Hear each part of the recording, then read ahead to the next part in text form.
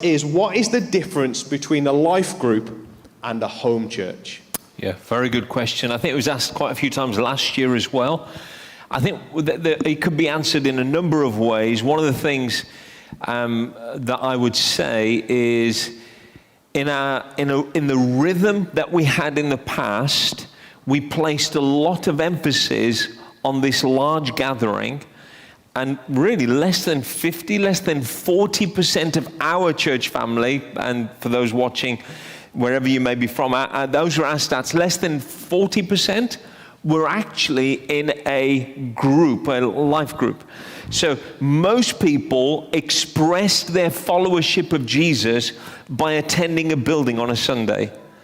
I believe what the Lord is doing with us is saying, let me take that crutch away and let me show you how you should do discipleship and show you what church should be like. So on a regular basis, we don't just see a weekly meeting. We see some of those friendships are every day, every few days.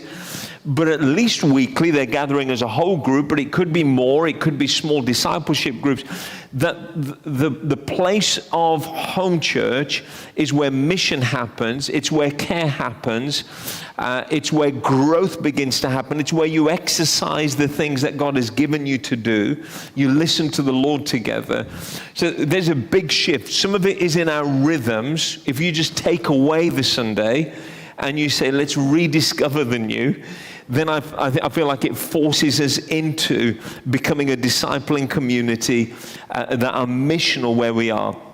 It is really sad, and I'm not saying this was everybody, but for the vast majority, attending somewhere on Sunday, if they've done that, they would think they're living a good Christian life.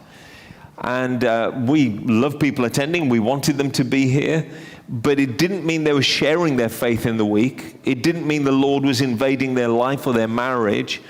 Now moving this way, I believe it's going to be whole life followership of Jesus. But we're also expecting those home churches to be listening to God and then creativity, innovation, looking for ways to reach their area. Historically, it's everything that we say centrally, everybody else does. Now what we're going to remain family, but not that you need anybody's permission, but I would say it's like we're saying, go pray, go listen, see what God is doing, see his people grow. And I think the real beauty and excitement will be what that unfolds into a year down the road or 18 months down the road. And all of a sudden there's missional activity going on that was never thought about by a leadership team at the center. It's the home church themselves praying, seeking God, and God opening up doors into their community.